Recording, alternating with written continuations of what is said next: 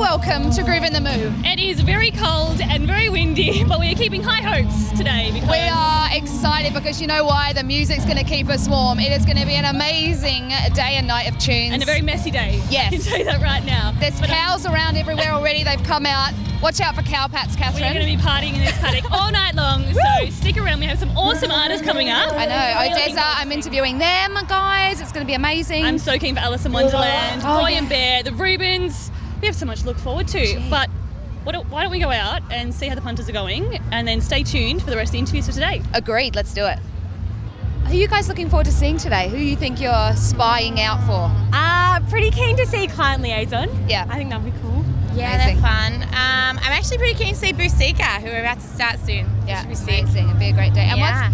I'm loving the artwork on your faces. Is this a joint effort? Yeah. Very Letting nice. out inner artistic self. Well, that's what it's about today, letting the inner artists out. So do you guys have a little performance you can show me today? What are you all dressed up for?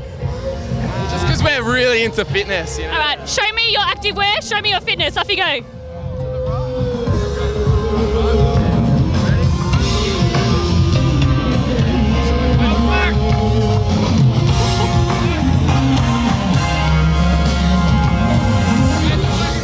I think that was fantastic. We obviously had a very prepared. We just had a little chat before, sneaky, about your amazing show at the Prince Band Room last night that I was able to attend. So how was that for you guys last night? It was a blast. Yeah, it was incredible. It was a very, very loud and engaged audience, which was really fucking awesome. Yeah. And it was a great room. Yeah, it's a great room, isn't yeah. it? It's quite compact actually in there. It is, but it feels so wide, so I felt like as you turned everywhere, you could always sort of like have a different audience or corner of the room, which I really liked. It's fun to do the side shows like interspersed with the festival show. It feels like a different sort of vibe. Do you find that at those shows that a lot of the really like die-hard fans are really coming to those sort of off shows? Do you find? Yes, but also at the festival, we're playing places we've never played before, and it's been crazy how many people seem to know the words to the songs even at Groovin. So very happy with all our fans and all these shows. It's been really, really great. That must be an amazing feeling coming to Australia, I guess, to the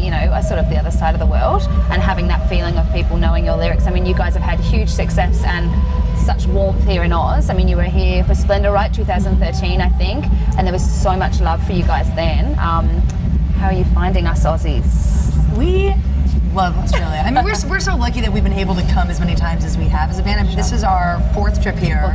And we pretty much came to Australia right off the bat, even at the beginning of our career.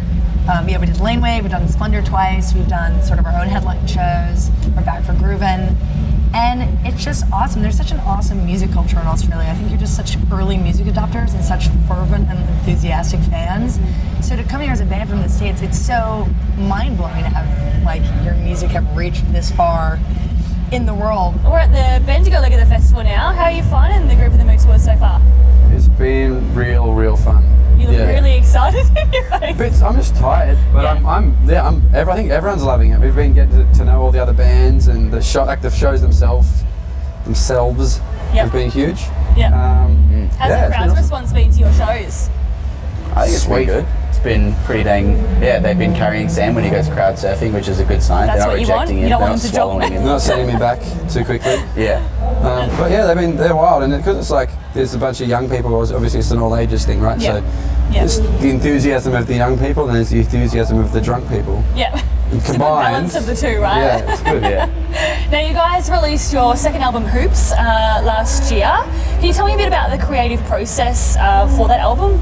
I don't know, we didn't really have much of a process in the beginning. We just started to write songs and tried to jam, and then we realised that we're not a band that really sort of jams together. We actually rented a house down on the south coast of New South Wales, and with that in mind, we set up a studio and all the instruments and just started trying to make music together, and then we realised that that's just not how we work. We like to do it on our own laptops. And then just Like sort of individually, yeah. Wow, okay, and then you just kind of come together and bounce off. Then like Elliot will finish a part and I'll come in and do some vocals or vice versa. And We're real shy with our ideas, so it's like we'll sort of work hold on the it. babies Yeah, hold on first. to it until we think like Totally. this is alright to This is show okay. to people, and then send in an email or like let's let the other person listen and walk out the room and just be like, Oh, judgment and then they say time. it's alright. Like okay, now we can work on it. Sure. Yeah, So yeah. how long did it take for you to create that album? How long was it in the making? I have no idea. I have no idea of time anymore. Time is very different. We spent 5 months in the house doing stuff, but we didn't actually get that many. We wrote a lot of songs, but not many of those songs made it on the album. Okay. Maybe a year? Probably a year. Wow. Not straight writing, because we had shows in between and we were doing other things. Sure. But those songs were written kind of in a year. It's going to be shorter this time, I promise. Sure, We're that's trying good. our That's best. good. Yeah. All right, guys, we're here with Richard from Headspace. Richard, can you tell me a little bit about Headspace and what you're doing for the community? Yeah, so Headspace is the Youth National Mental Health Foundation. We've got centres, we've got 93 centres all around Australia that help young people with their mental health, physical health, and all sorts of things, employment, everything like that, anything they really need help with. Sounds like a fantastic organisation. And what are you doing at Groovin The Moo here today? Yeah, so we've been at every Groovin The Moo festival, just handing out water, information, wristbands, lollipops, all that sort of thing, giving young people a place to chill out as well when they've had a good time and, just need to sit down for a second. Fantastic. Well, it sounds awesome. Where can people find Headspace if they need some information or need some help? Where could they go to get that help? Yeah, you can go to headspace.org.au to find out more. Or we also have eHeadspace, which is online and telephone support that they can find out more there, eHeadspace.org.au. Fantastic. Sounds awesome. Well, thanks, Richard, for having a chat, and it's awesome what you guys are doing. Thanks. And are you enjoying yourself on Groovin The Moo? Yeah, I am. We got here a few hours ago. I caught Deathrays, a little bit of the Rubens just before. Yep. So everyone's so cool. Like the backstage area is at the point of the tour where everyone starts to become friends. So it's just good vibes all around. Everyone's just chatting. Yeah, like the EDM dudes are hanging out with the hip hoppers, who are hanging out with the indie rockers, who are hanging out with the hardcore. It's a good vibe. This festival, I have to say, that's probably one of the really good things about this festival, right? That it brings so many different genres together in that sense. Yeah, they've really, like this is my third time, and the lineup is always really good. Yeah, it's always a lot of fun. Awesome. Yeah. And I did actually see on your Facebook, I think there was a 10-year-old that maybe watched your show, and I was going to say, there has to be, again, something about this festival with the youth that are here. Is that something different for you to be able to play to like an all ages sort of show? It is. Most of my shows, even like all age shows, are kind of 16 and up. Sure. So you don't get that many opportunities to meet the really young fans. Yeah. And it was cool because the kid you're talking about, had been hanging around asking for me all day, and I got there really late because I'd been sick. So I got there and like someone backstage was like, hey, there's this kid who's wanting to meet you. I'm like, well, I'm on in half an hour, but if you can get him to the signing tent right now, I can say. And they did. So on the way to the stage, I got to meet him. I was like, what's your favorite song? Like, Swear Jar. Like, if I remember, I'll shout you out. And then as I'm doing Swear Jar, I see him front row, and I'm like, hey, buddy's like, I saw the photo, he was on Dad's shoulders, giving a thumbs up. I was like, oh, that's cool. And the F's applied, and you're like, and I'm a bad role model. No. Which I am, but I was going to say, that's the second take. Yeah. I was going to say, I reckon that's the opposite. Swear Jar, congratulations on the success of that song, by the way. And it may have swear words in it, but I think what the song represents is what's more important, right? And was that sort of your intention with that track? Yeah, of course. Like, it's kind of it's a silly song where there's like a serious message kind of wrapped up in a silly song. It's more, I think people can digest it easier if it doesn't sound like they're being preached at. Also love your previous video clip for Underflow. Beautiful clip. And I saw on your Instagram that you had a bit of an issue with the plaster. Yes. Tell us about that. First of all, starting from the beginning of the day, I woke up at like really early in the morning because it's usually I have to do that, and I looked in the mirror and I thought, oh my God, Emma, you've done it. You've grown your hair to your shoulders. You are a beautiful princess. So you had a moment with your hair. I was like, this is it. I've done it. Like it's straightened it. And I was like, wow, I've like actually done it. One of these moments. Yeah. And then that day, she had to put like plaster of Paris in my hair, and like there's like this ratio thing. All of the dancers, they had the correct ratio, and it washed out. Like, so we were all in the showers together. Right. And then we were like all in the showers together, and theirs was like coming out, and they're like, thank God it's coming out. And I was like, yeah, thank God it's coming out. And like they got the ratios wrong for mine. Oh no. And because my hair is like bleached and like super porous, it's like gone into my hair. Right into the scalp. But yeah, it didn't come out of my hair, so I had to wait a week till it grew a little bit off my scalp, and then I could shave underneath it. Your hair looks like it's coming back now, so it's making a good comeback, and you'll have one of those hair moments again. I hope so. And I want to see it on Instagram. Now, speaking of Instagram, your videos are the greatest. I quite often tag my friends in them because I think they're the best. Oh, that's so nice. Do you think it's pretty important for you to kind of share with your fans that side to you, like that fun, quirky side with all your videos? Well, actually, funny thing, like just before I kind of invaded this like songwriters workshop with like some people backstage, and the guy that was talking was like, you know, it's very important for you to market yourself, you know, like very like kind of consistent with your music and stuff. So I actually said to him after, I was like, I need to ask you a question. Like, do you think that it's bad, like if I'm like to be like, this is what I'm like, but I'm also not being like, and also I'm a musician and this is what my music's like. I'm a musician full time. Like you don't. Yeah, like I don't have that like barrier. It's gotta. I think I need to post more about my music, but I like posting stupid shit as well. Oh, I love it. I dig it. Like, totally keep doing it. Yeah, all about it. Do you reckon? I think so too. No, keep doing it. It's great to see like it's that not like, you're a natural person. You're not just, you know, music. You can have that fun side too. So www.emilylouise.com/look me up. Well, I'm here with the lovely Maddie from Red Frogs, and you're here today working with that course. Can you tell us just a little bit about it and what's involved in it? Yeah, so at Groovin The Moo, we love to help and make sure people are safe and having a good time. So we're here, we have donuts and we have Red Frog lollies, handing out water.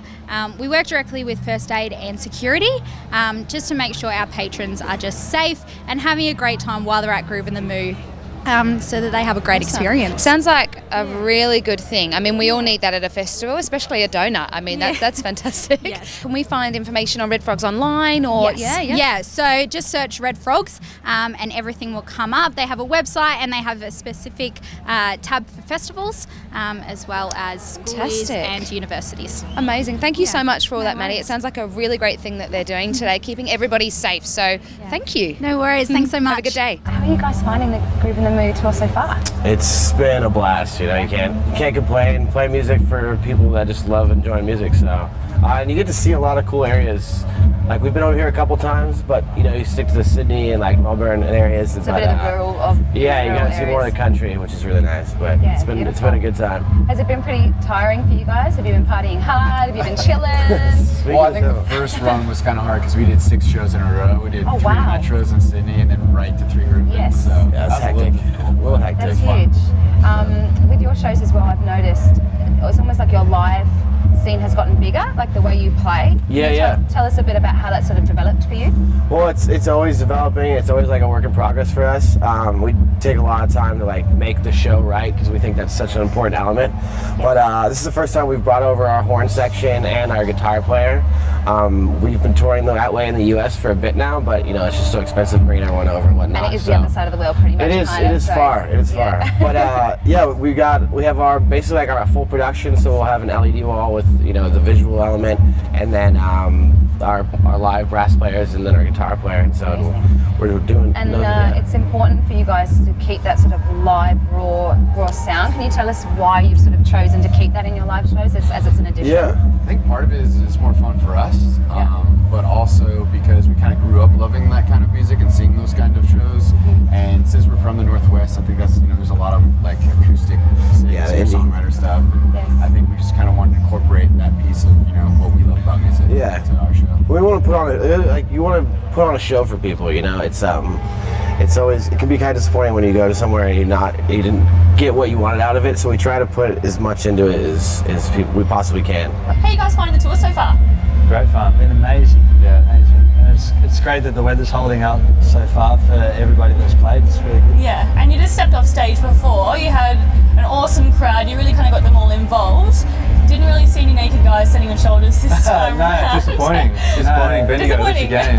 So I'll go out there and tell them to start stripping down for you guys. Exactly. Thanks. Weather's good now. Get it out. Yeah, why not? Just take it all off. Now, you guys have been together for the last 2 years. Nearly 2 years. Nearly 2 years. Yeah. How did you guys come together and how did you start to kind of develop your sound?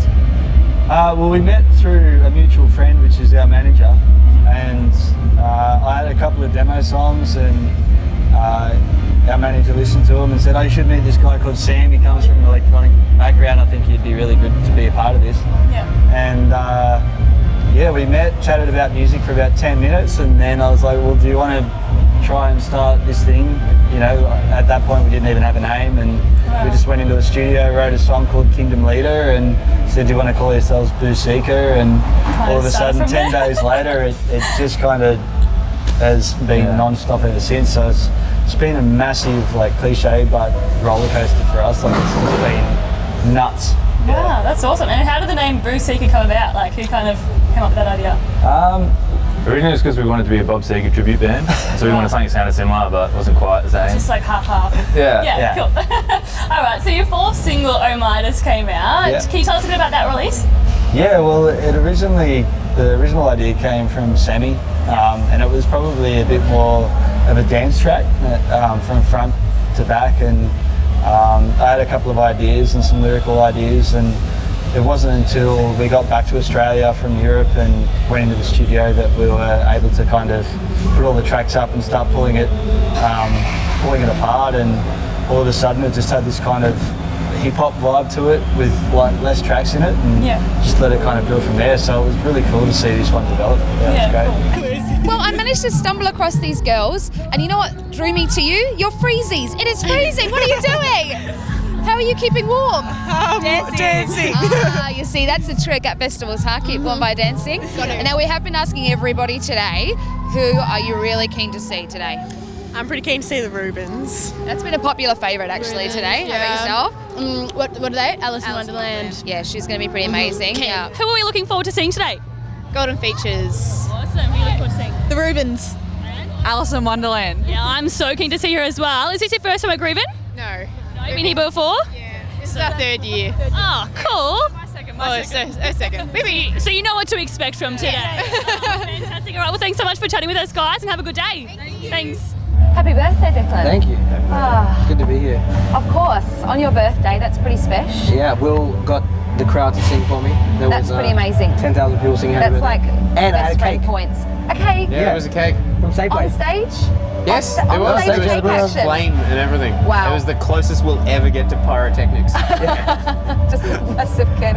Were you able to blow it out? And still I blew it out too early, actually. Like, I blew it out, then they started singing Happy Birthday. Then they relit it, then I blew it out again. Okay, see, that's what that So tells two you wishes will something. come true. You guys must be up there if someone's coming. Was it like a stage guy coming to relight it for you just so you could blow it out on Our time? friend Manny from Hearts. Okay, that's handy then. That's handy. So you've had a good day. That's the main thing. It's been a great day, yeah. So you said to me before maybe like 10,000 people singing Happy Birthday. Not bad. Yeah, well, I suppose there are a couple. There were a couple at the back.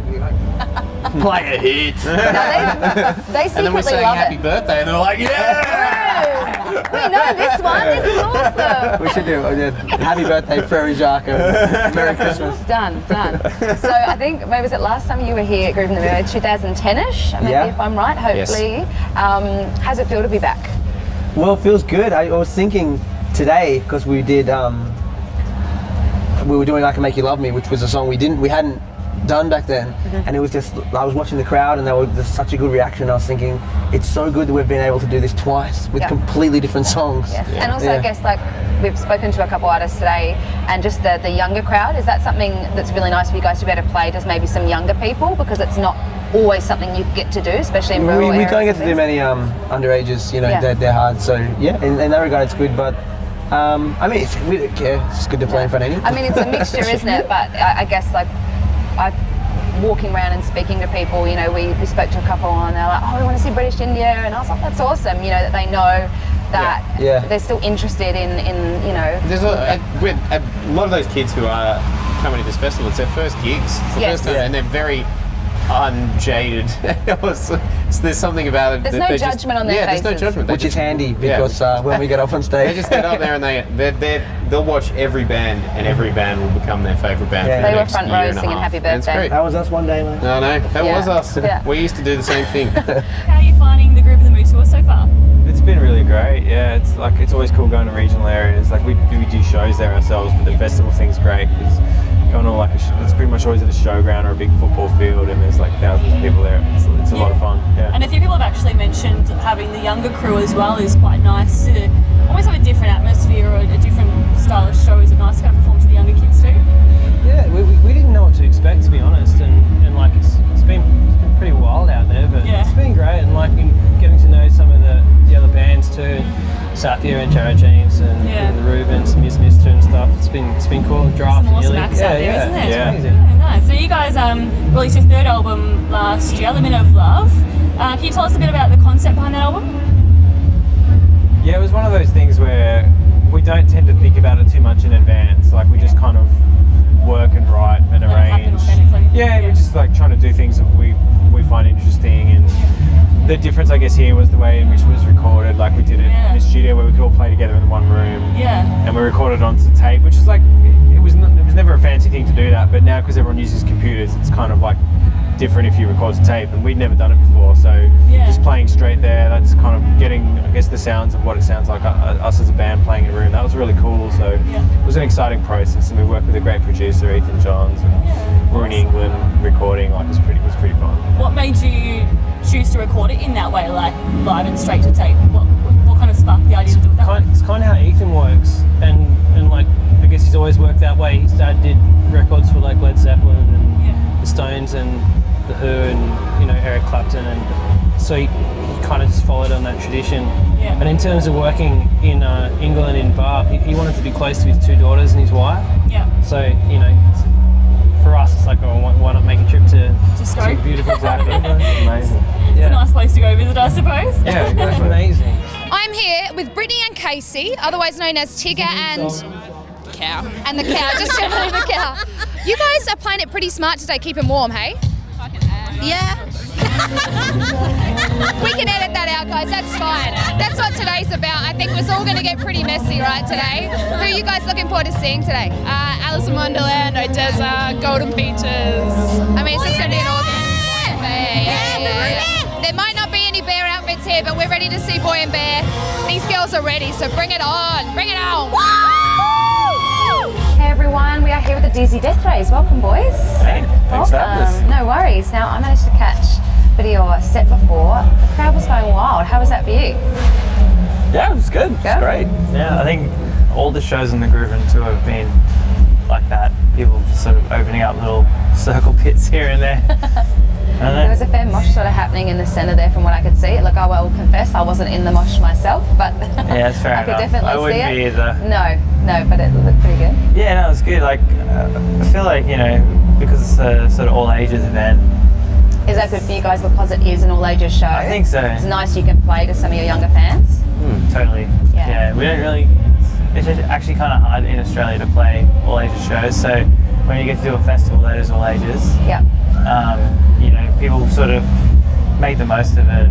And all come out. They seem to all come out together as well. Yeah. We had a chat before to some of the guys, and your name came up, I think, with every person we spoke to.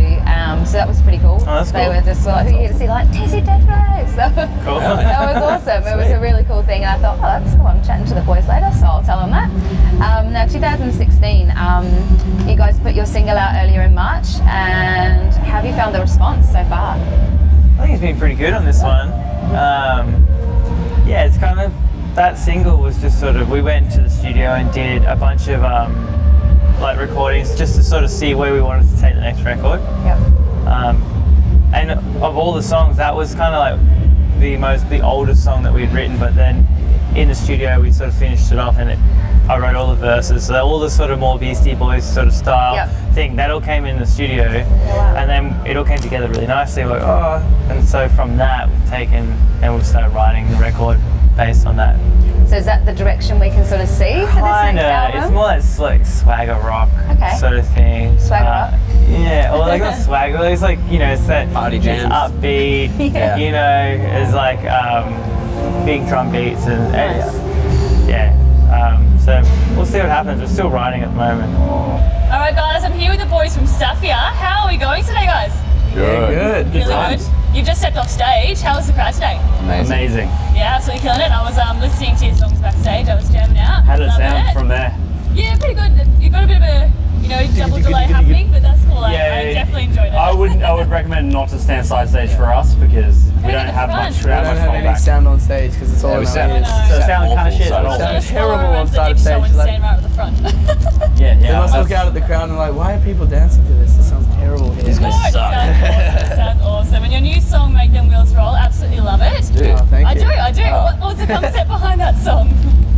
Well, I don't know. It's just a groovy beat. I don't know. We were just sitting around listening to this groovy beat that we made, and Ben was just like, "Oh, got an idea." And then we whipped it out. Right in there. No, I've never seen anything like it. Just whipped it out Just like came. that. This guy. How do you guys go? Then we went for a swim. Yeah. So we're pretty done with. How long does it usually take for you guys to like create a song or? Depends. So usually the idea for a song comes, like the whole basis of it comes in like a day or half a day, and then it's like the months after that to refine it. But tweaking. Yeah, like the idea when if it's good, it usually comes just real quick. You find you guys kind of come together really well in songs, or are you kind of clashing a little bit? No, I don't think there's much clashing at all. Yeah, it's kind of good because everyone has like their own like input and their own areas that they're like better than thing. Like, because I couldn't make it like a drum beat. Like, dance seemed to save my life, and like the other thing, but then the vocals and all the detail and stuff. Together nicely. We all, it's The really wheel good. just keeps going round. The wheels roll. There we go. Bring it back around. There we go. So Lisa, that's the end of the Groovin The Moo festival for Bendigo today. I'm very sad, but what a freaking awesome day it's been. There's been some amazing acts, and I think the music spoke for itself today. And just everyone loving good music and loving a good day. Just embracing this cold weather and having a real good time. Everyone embraced it. There was rain jackets. There was, what do you call it, ponchos? Gumboots. You know what? Everyone's just getting involved, and that's what we do for the music because we love it. So we'll see you next year, Groovin The Moo. Can't wait. Can't wait.